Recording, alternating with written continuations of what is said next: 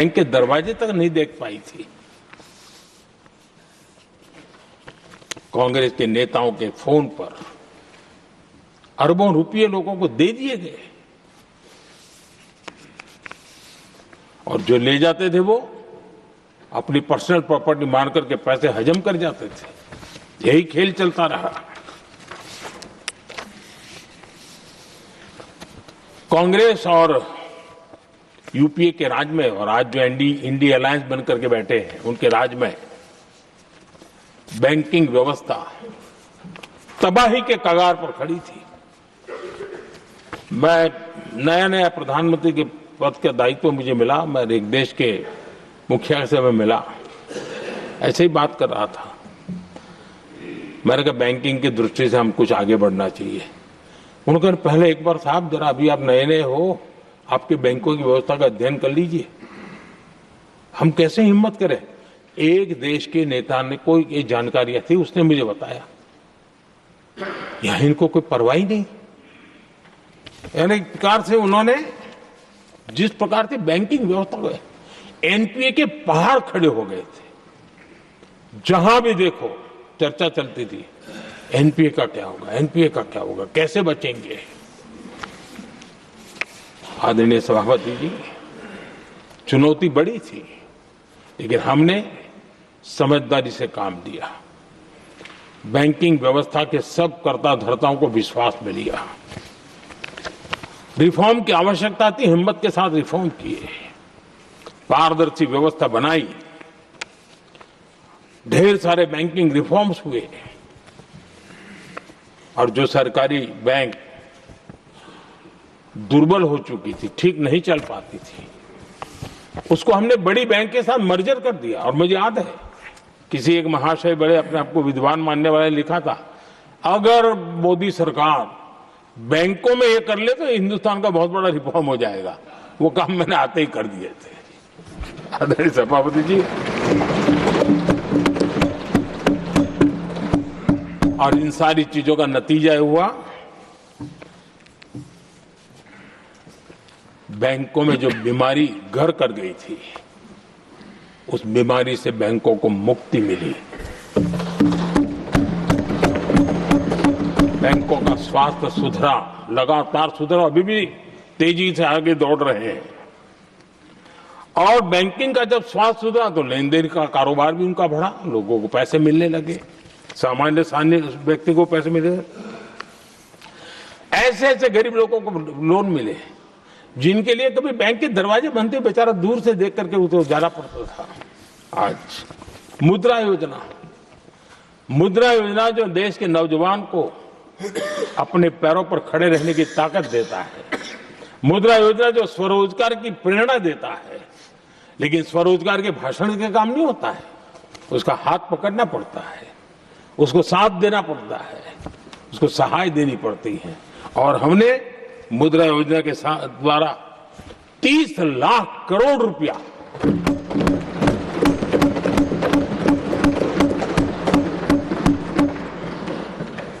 ₹30 लाख से ज्यादा लोन मुद्रा योजना के माध्यम से और बिना गारंटी देश के नौजवानों के हाथ में दिया और उन्होंने अपने कारोबार को आगे बढ़ाया। और गर्व की बात है उसमें बहुत बड़ी मात्रा में माताएं बहनें भी हकदार बनी, लाभार्थी बनी। सेल्फ हेल्प ग्रुप, इन दिनों ग्रामीण महिलाएं बड़े सपने देखती हैं, खुद अपने पैरों पर खड़ा होना चाहती थी। विमेन सेल्फ हेल्प ग्रुप का हमने विस्तार तो किया ही किया, लेकिन 10 करोड़ बहनों को हमने सीधी आर्थिक मदद की व्यवस्था की। हमारे एमएसएमई सेक्टर को हमने भरपूर लोन दी। और मैं आज बड़े संतोष के साथ, बड़ी जिम्मेवारी के साथ इस पवित्र सदन में कहना चाहता हूं, हमने एनपीए जिसके पहाड़ हुआ करते थे 2014 के पहले, आज उसको हमने नीचे निम्न स्तर पर ला करके खड़ा कर दिया। आज एनपीए 1% से भी नीचे है। ये अपने आप में बैंकों के स्वास्थ्य के लिए बहुत उत्तम काम हमने किया है।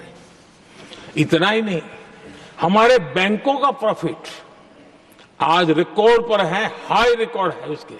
ये अपने आप में देश की अर्थव्यवस्था को ताकत देने के लिए, बैंकिंग व्यवस्था मजबूत होती है तो बाकी अर्थव्यवस्था को भी मजबूती मिलती है। उस काम को कहेगा। आदरणीय सभापति जी, मैं एक और उदाहरण देना चाहता हूं। हमारे पीएसयूज, आमतौर पर पीएसयूज के संबंध में मान्यता बन चुकी थी, वो बनते ही हैं बीमार होने के लिए, वो बनते ही हैं बर्बाद होने के लिए, वो बनते ही हैं बंद होने के लिए। हमने इस पूरी मानसिकता को हकीकतों के आधार पर बदलने में सफलता प्राप्त की है।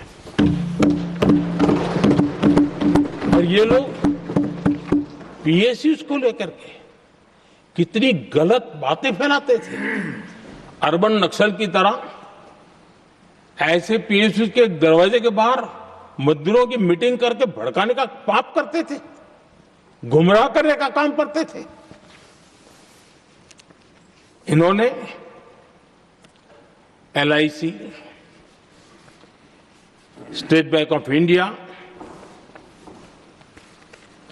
और भी एचएएल, ऐसे हर एक को बड़ा भला बुरा हो रहा, इतना भद्दे तरीके से। जब उनकी सरकार थी तब तो ये इन चीजों को संभाल नहीं पाते थे, उसको कुछ कर भी नहीं पाते थे। आदरणीय सभापति जी, हमने इसमें भी हिम्मत दिखाई। हमने पीएसयूज के संबंध में भी रिफॉर्म्स किए, रिफॉर्म्स की एक लगातार परंपरा चलाई। आज एलआईसी बेस्ट तरीके से उसने पूरे कार्यकाल में अपना एलआईसी का जन्म हुआ तब तक उत्तम से उत्तम परफॉर्मेंस का कालखंड उसका गुजर रहा है। जिन पीएसयूज को कांग्रेस के नेता ताले लगवाने की कगार पर पहुंच चुका था और उसी पर अपनी राजनीतिक रोटी सेकने का प्रयास भी किया गया था, आज हमारे पीएसयूज रिकॉर्ड प्रॉफिट पर हैं।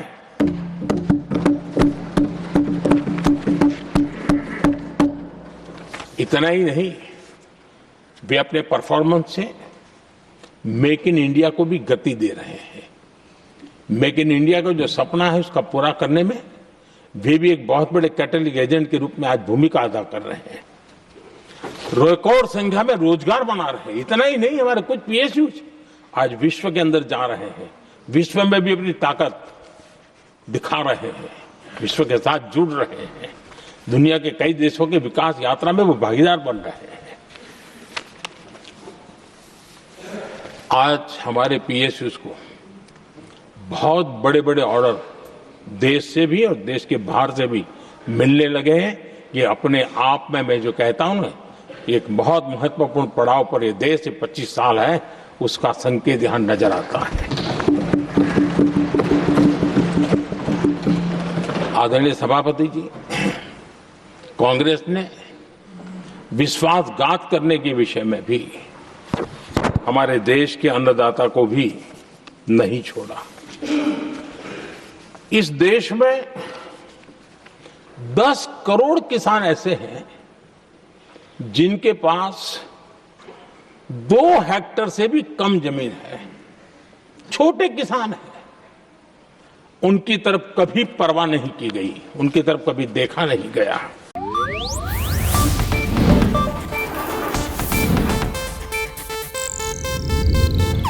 ಇದು ಏಷ್ಯಾನೆಟ್ ನ್ಯೂಸ್ ನೆಟ್ವರ್ಕ್ ಪ್ರಸ್ತುತಿ।